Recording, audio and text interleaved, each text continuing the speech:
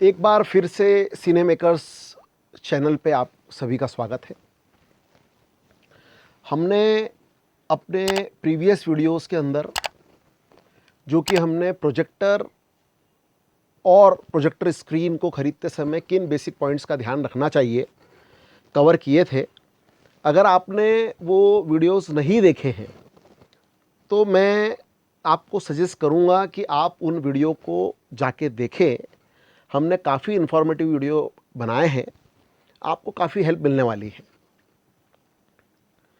आज हम उसी सीरीज़ को आगे बढ़ाते हुए एक बहुत इम्पॉर्टेंट टॉपिक प्रोजेक्टर माउंट्स को कवर करने जा रहे हैं। जी हाँ, प्रोजेक्टर माउंट्स, जिसको हम लगाते समय हमने आम तौर पे देखा है कि कहीं ना कहीं बहुत गलती हम जाने अनजाने में कर जाते हैं। तो अगर हमें प्रॉपर जानकारी मिल जाए तो काफ़ी हद तक के हम ये गलतियों को रोक सकते हैं। मैं एक चीज़ आपको हमेशा सजेस्ट करूँगा कि आपने अगर सीलिंग माउंट आपको लगाने हैं, जब भी आप जैसे प्रोजेक्टर प्लान कर रहे हो कहीं पे भी, जैसे घर, ऑफिसेस, फैक्ट्री, रेस्टोरेंट, जहाँ पे भी आपको प्रोजेक्टर लगाना है, हम प्रोजेक्टर माउंट लगाने में जल्दी क्यों करते हैं? उसका एक ही कारण होता है कि हमें फॉल सीलिंग करवानी होती है। अब फॉल सीलिंग करवाने के लिए हर आदमी को ये पता है कि जो है हमें फॉल सीलिंग करवानी है, तो इसलिए हमें क्या करना है, क्योंकि प्रोजेक्टर जो माउंट्स होते हैं, सीलिंग माउंट्स होते हैं, वो आपके आरसीसी के ऊपर माउंट होते हैं। तो अब पीओपी अगर कभी हो जाएगी तो हम क्या है, माउंट तो कर नहीं पाएंगे। तो बोला चलो अब कैसे भी करके आप एक काम करें कि फटाफट किसी को भी कहा और हमने जो है माउंट्स बुलवा के, जाने अनजाने में हमें नहीं पता है कहाँ से ख़रीदना चाहिए, कैसे माउंट्स होना चाहिए, हम कौन सा प्रोजेक्टर लेने वाले हैं, उसका वेट क्या होगा, उसका जो है आप समझो थ्रो रेशो क्या होगा, इसको बिना जाने हम कहीं ना कहीं ये जाने अनजाने में गलती कर जाते हैं। तो सबसे पहले मैं आपको ये कहूँगा कि अगर आप प्रोजेक्टर माउंट लेना चाह रहे हैं और लगाना चाह रहे हैं तो आपको दो काम करना चाहिए। एक तो आपको सबसे पहले तो ये समझना चाहिए कि हम जो प्रोजेक्टर लगाना चाह रहे हैं वो पहली बात तो कहाँ लगाना चाह रहे हैं। कहाँ लगाना चाह रहे हैं मतलब कि हम अगर कभी उसको जनरल ऑफिसेस के अंदर, फैक्ट्रीज के अंदर, मतलब प्रेजेंटेशन के लिए लगाना चाह रहे हैं तो वहाँ कहीं ना कहीं डेटा प्रोजेक्टर लगना है, जिसका मैक्सिमम अगर कभी आप बात करें तो वेट आएगा 5, 6, 7 किलो, 8 किलो। तो हम उसके हिसाब से माउंट खरीद सकते हैं। यही हम अगर कभी होम थिएटर्स के प्रोजेक्टर अगर कभी लेने जा रहे हैं, जो होम यूसेज में हम लोग लगा रहे हैं, तो उस केस के अंदर चूंकि होम थिएटर के प्रोजेक्टर फुल एचडी 4K जो आते हैं उनका थोड़ा सा वजन होता है, तो हमको उसके हिसाब से जो माउंट्स है, माउंट्स को थोड़ा सा हैवी माउंट हमें लेने की जरूरत पड़ती है। और दूसरा जो पॉइंट मैं आपको बोलना चाह रहा हूं कि माउंट लेते समय हमें एक चीज़ का और ध्यान रखना चाहिए कि हम या तो डिसाइड कर लें कि हमें कौन सा प्रोजेक्टर लेना है। वो प्रोजेक्टर हमने एक बार सिलेक्ट कर लिया तो हम हमारा जो भी वेंडर है उस वेंडर को कह के कि साहब ये हमें इतने बाय इतने की स्क्रीन बनानी है और हमें इतने बाय इतने की स्क्रीन बनाने के साथ साथ हमारा सीलिंग हाइट ये है, तो आप एक काम करें, हमें उसका थ्रो रेशो बता दीजिए। हर प्रोजेक्टर का इतने बाय इतने की स्क्रीन बनाना है और इतने दूर से इतने डिस्टेंस से बनाना है, तो उसका थ्रो रेशो हमें अगर कभी पता लग जाता है तो हम कहीं ना कहीं उसके आसपास हम प्रोजेक्टर को माउंट कर सकते हैं, माउंट को अपने सीलिंग माउंट को माउंट कर सकते हैं, उसमें कोई परेशानी नहीं आना है। दूसरा कि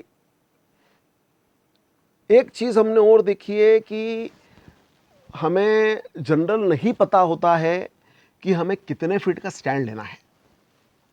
हमें क्या 2 फीट का स्टैंड लेना चाहिए, 3 फीट का लेना चाहिए, 4 फीट का लेना चाहिए, या बहुत और बड़े भी स्टैंड आते हैं। सबसे पहले आप ये जानें कि आपकी सीलिंग हाइट क्या है। आपकी अगर कभी सीलिंग हाइट नॉर्मली, ये भी आज के तारीख में तो सीलिंग हाइट 10 फीट होती है, हम पीओपी कहीं ना कहीं 6 इंच या 1 फीट तक के नीचे लाते हैं। उस केस में हम 2 फीट का स्टैंड मोर देन सफिशिएंट होता है।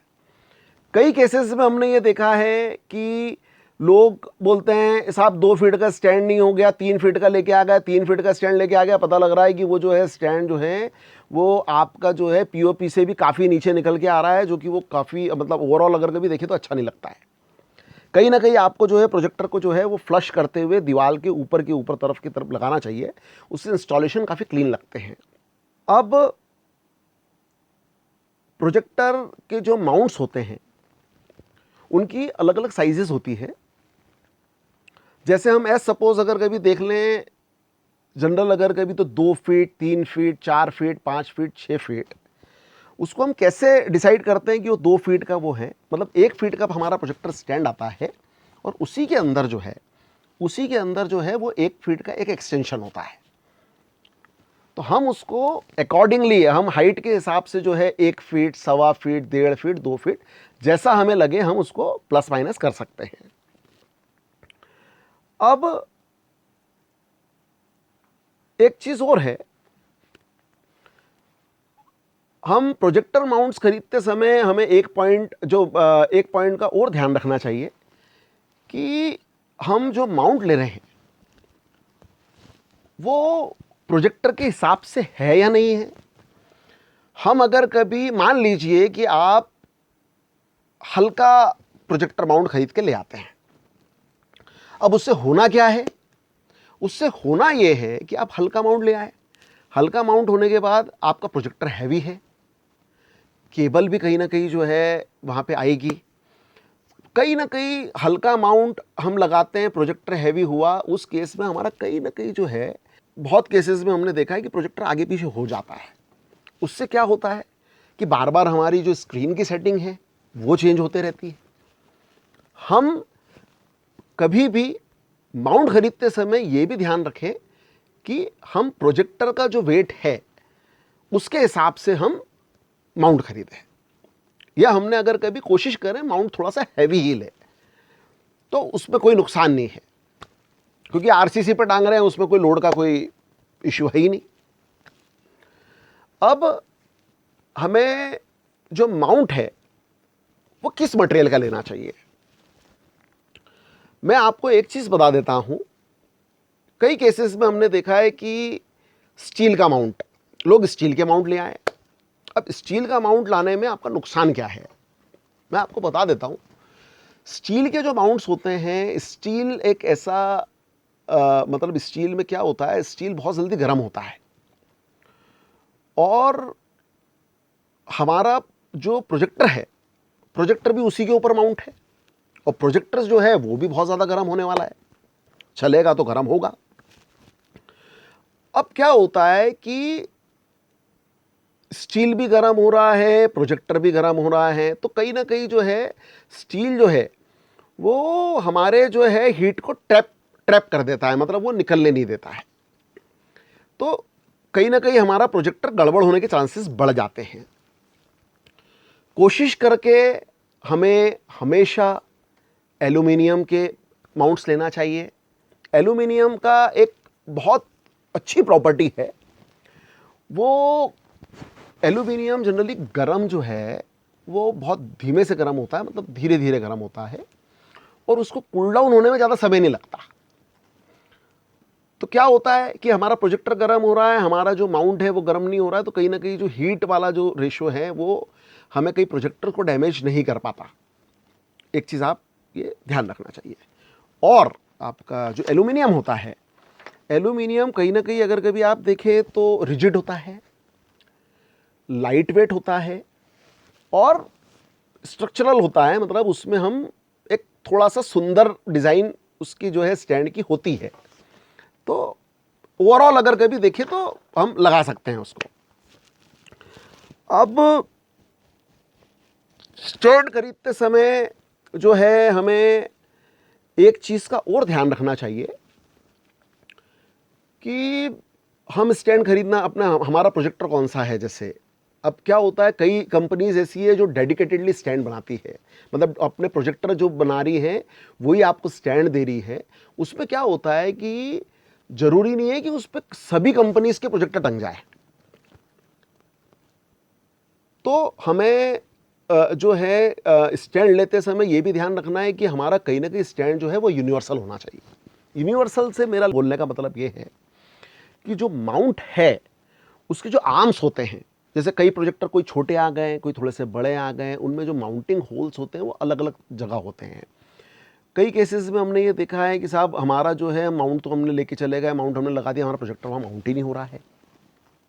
अब प्रोजेक्टर वहाँ माउंट नहीं हो रहा तो क्या करें साहब, हमने तो पीओपी भी करवा रखी है, उसको कटवाओ, फिर वापस से पेंट करवाओ, ये करवाओ वो करवाओ, तो वो कहीं ना कहीं थोड़ी सी परेशानी आती है। तो इसके लिए हमें क्या कर सकते हैं कि यूनिवर्सल माउंट ले। यूनिवर्सल माउंट पे क्या होता है कि कुछ आर्म्स होते हैं, उसके जो आर्म्स होते हैं, आर्म्स हम थोड़ा सा उसको जो है स्क्रू को थोड़ा सा ढीला करके आर्म्स को एक्सटेंड कर सकते हैं। इसमें हम किसी भी साइज़ का जो प्रोजेक्टर हैं, बड़े छोटे जिस साइज़ के प्रोजेक्टर आते हैं मैक्सिमम लग ही जाते हैं उसके अंदर। तो हमें एक ये पॉइंट पे ध्यान रखना चाहिए। उसके बाद एक चीज़ और है, माउंट खरीदते समय हमें एक पॉइंट का और ध्यान रखना चाहिए। प्रोजेक्टर्स जो होते हैं उसमें कुछ जो है वहाँ प्रोजेक्टर में काफ़ी फैंस लगे हुए होते हैं अलग अलग एयर वेंटिलेशन के लिए, कि वो कम से कम जो हीट जो है, जो प्रोजेक्टर हीट अप हो रहा है आपका, तो वो हीट कम से कम हो, इसके लिए उसके फ़ैन होते हैं। जो हमारा माउंट है, माउंट जो है वो हमारा इस तरीके का होना चाहिए कि वो जो भी हमारे वेंटिलेशन पॉइंट्स है, वेंटिलेशन पॉइंट को कोई ब्लॉक नहीं कर रहा हो जी। तो एक पॉइंट का हमें यह ध्यान रखना है। उसके बाद मैं आपको बता दूं कि हम प्रोजेक्टर के जो माउंट्स होते हैं वो कितने प्रकार के होते हैं। जैसे आप मान लें, जनरली वैसे प्रोजेक्टर तो सीलिंग पे ही माउंट होता है। सीलिंग पे कौन सा प्रोजेक्टर माउंट होगा? सीलिंग पे हम दोनों प्रोजेक्टर माउंट कर सकते हैं, हम लॉन्ग थ्रू भी कर सकते हैं, शॉर्ट थ्रू भी कर सकते हैं, डिपेंड करता है कि हमारे जो है वो सीलिंग हाइट क्या है। वैसे जनरली अगर कभी आप देखें तो जो है लॉन्ग थ्रू प्रोजेक्टर्स हमारे सीलिंग पे माउंट होते हैं, और जो शॉर्ट थ्रू प्रोजेक्टर और अल्ट्रा शॉर्ट थ्रू प्रोजेक्टर होते हैं वो कहीं ना कहीं वॉल पे माउंट होने वाले हैं। ये क्लियर है। अब हम एक पॉइंट का और ध्यान रखना है कि जब हमें बहुत कम यूसेज है, हम ऐसा जगह कि साहब हमें कभी कभी यहाँ प्रोजेक्टर हमें यहाँ रखना है, कभी उसको लेके घूमना है, तो उसको माउंट मत करवाइए आप। उसके लिए ट्राइपॉड्स आते हैं, हैवी ट्राइपॉड्स आते हैं। हैवी ट्राइपॉड्स में क्या होता है कि उसके ऊपर बाकायदा जो है वेलक्रोज भी लगे हुए होते हैं, आप प्रोजेक्टर को बिल्कुल टाइटली आप उसके ऊपर जो है स्टिक कर सकते हो। उसमें अगर कभी किसी आते जाते किसी आदमी का बाय चांस अगर कभी धक्का लग भी जाता है, तो पहली बात तो वो ट्रिपॉड इतने हैवी होते हैं कि वो गिरने नहीं वाले हैं, और बाई चांस अगर कभी गिर भी जाते हैं, और अगर कभी वो लेंस की तरफ से भी अगर कभी गिरते हैं, तो हम उसको पीछे की तरफ इस तरीके से माउंट करें कि वो गिरने के बाद भी जो है उसके जो है एजेस के ऊपर जाए, हमारा लेंस डैमेज नहीं हो। इसका भी हमें ध्यान रखना चाहिए। एक चीज़ हम और कर सकते हैं कि हम प्रोजेक्टर लिफ्ट भी लगा सकते हैं। प्रोजेक्टर लिफ्ट में क्या होगा, जैसे मान लें कि आपके आरसीसी और पीओपी के बीच में अच्छा गैप है, या आपकी जो आरसीसी है या हमारी सीलिंग हाइट है बहुत अच्छी हाइट है, मतलब हमारी सीलिंग की हाइट अच्छी है। उस केस में हम क्या कर सकते हैं कि हम लिफ्ट प्लान करें। लिफ्ट प्लान करने से क्या होगा, जब हमें प्रोजेक्टर की ज़रूरत होगी हम रिमोट से उसको डाउन करेंगे, और जैसे ही हमारे प्रोजेक्टर की यूजेज ख़त्म हुआ हम ऑटोमेटिकली उसको रोल बैक कर देंगे। उससे क्या होगा, प्रोजेक्टर ख़राब कम होगा, डस्ट नहीं आना है। तीसरा, जो हमारा जो ऊपर छत है वो पूरा फ्लश दिखेगा, आदमी को पता ही नहीं लगेगा यहाँ कोई प्रोजेक्टर माउंट है, प्रोजेक्टर लगा हुआ है। प्रोजेक्टर की लिफ्ट जो होती है बहुत टाइप की आती है, जैसे क्यूब लिफ्ट आती है, सिजलर आती है, और वेट, प्रोजेक्टर के वेट के हिसाब से बहुत सारे मैन्युफैक्चरर अलग अलग टाइप की लिफ्ट बनाते रहते हैं। हम लिफ्ट भी एक हमारे पास एक ऑप्शन है।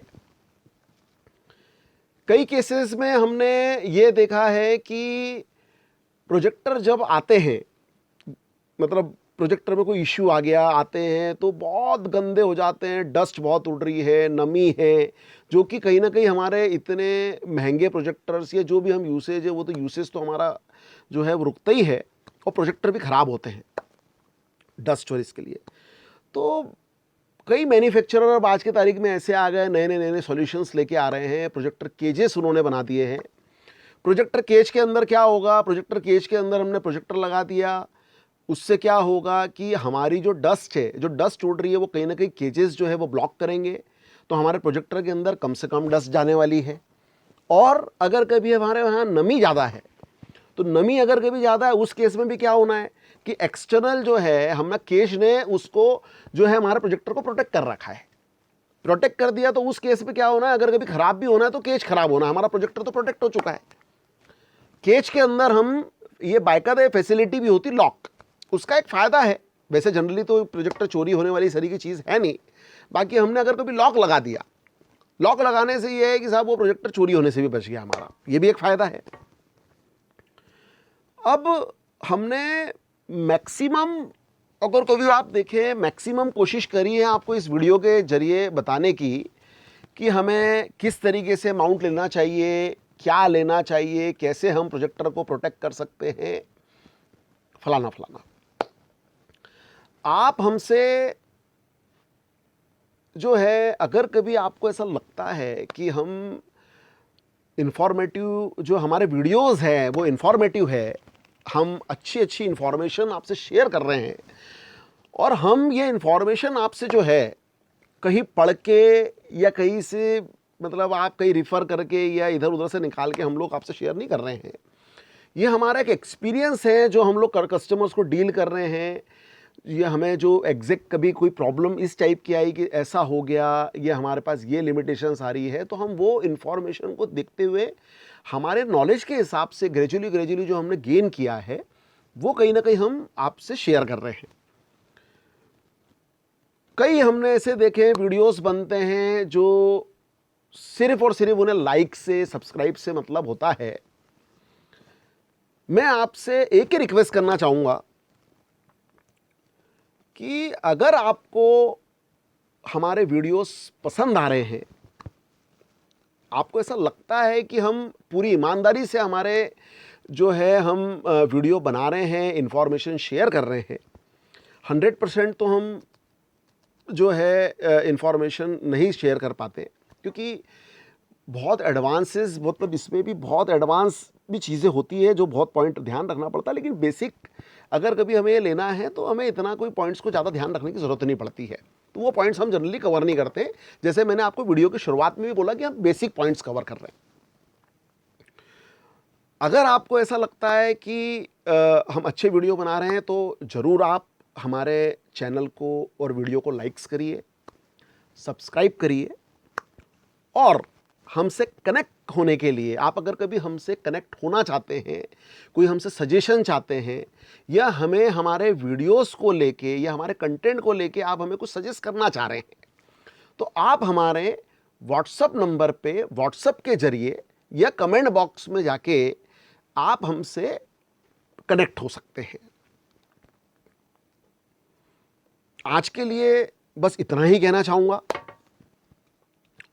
और आपको बता दूं कि अब हमारा जो नेक्स्ट वीडियो जो बहुत जल्दी आने वाला है, हम वो एक बहुत ही इंपॉर्टेंट टॉपिक के ऊपर कवर करने जा रहे हैं, जिसको हम लोग बोल सकते हैं केबल्स। जी हाँ, मतलब HDMI cables, speakers cable, subwoofer cables, और जो भी हमारे यहाँ कनेक्शन के लिए जो इस टाइप के जो हमारे प्रोजेक्टर्स और इनको कनेक्ट करने के लिए केबल्स चाहिए, हम उसको भी बहुत लाइटली लेते हैं। मतलब सबसे इम्पॉर्टेंट पार्ट है ये भी, लेकिन हम उसको बहुत कहीं ना कहीं जाने अनजाने में लाइटली ले रहे हैं। तो हम उसको लेके आने वाले 2-4 दिन के अंदर एक बहुत अच्छा सा इंफॉर्मेटिव वीडियो लाने वाले हैं। आप आपने हमारा ये वीडियो लास्ट तक देखा, इन्फॉर्मेशन आपने जानी कि क्या क्या होना चाहिए। काफ़ी समय हम आपका लेते हैं। समय लेने का कारण सिर्फ हमारा इतना ही रहता है कि कहीं ना कहीं आपको पता लगे कि कहीं हम इतनी जो मेहनत से कोई चीज़ खरीदते हैं तो उसको हम कैसे, क्या क्या ध्यान रखना चाहिए। बस आज के लिए इतना ही कहना चाहूँगा। Thank you. Bye bye.